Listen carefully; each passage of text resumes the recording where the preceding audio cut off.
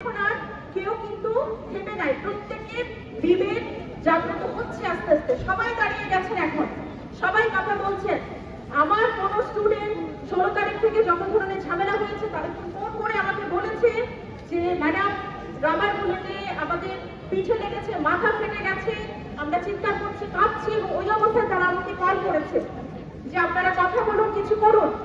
তখনও অনেক শিক্ষকই আছে, আপনারা জানেন যে ভয়ের একটা সংস্কৃতি, যেটা আমাদের পূর্ববর্তী বক্তারা বলে গেছে, সেই ভয়ের সংস্কৃতির ভেতরে অনেকে বসবাস করছেন, সেখান থেকেও কিন্তু তারা এখন মাঠে নেমে এসছে।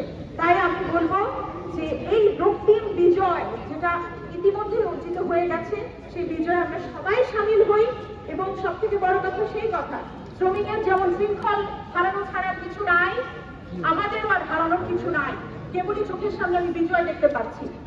আর দুটো ইনফরমেশন আমি দিতে চাই, আপনারা যারা মিডিয়াতে আছেন তারা সকলেই একটু দায়িত্বশীল আচরণ করুন, যেটা সঠিক খবর সেটা দিন। এবং আমি নিরাপত্তা বাহিনী যারা আছে সরকারের, তাদেরকেও বলতে চাই, আপনারা কাদেরকে গুলি করছেন, কাদের বুকে আপনারা গুলি করছেন? আপনারই ভাই, আপনারই সন্তান, আপনারই আত্মীয় স্বজন। আপনারা একটু সচেতন হন, নিজের বিবেকে প্রশ্ন করুন। তাই এই আন্দোলনের সাথে সংহতি রেখে এটাই করতে চাই, এই লড়াই আরো জোরদার হোক, সংখ্যাত হোক এবং সফল হোক। ধন্যবাদ সবাইকে।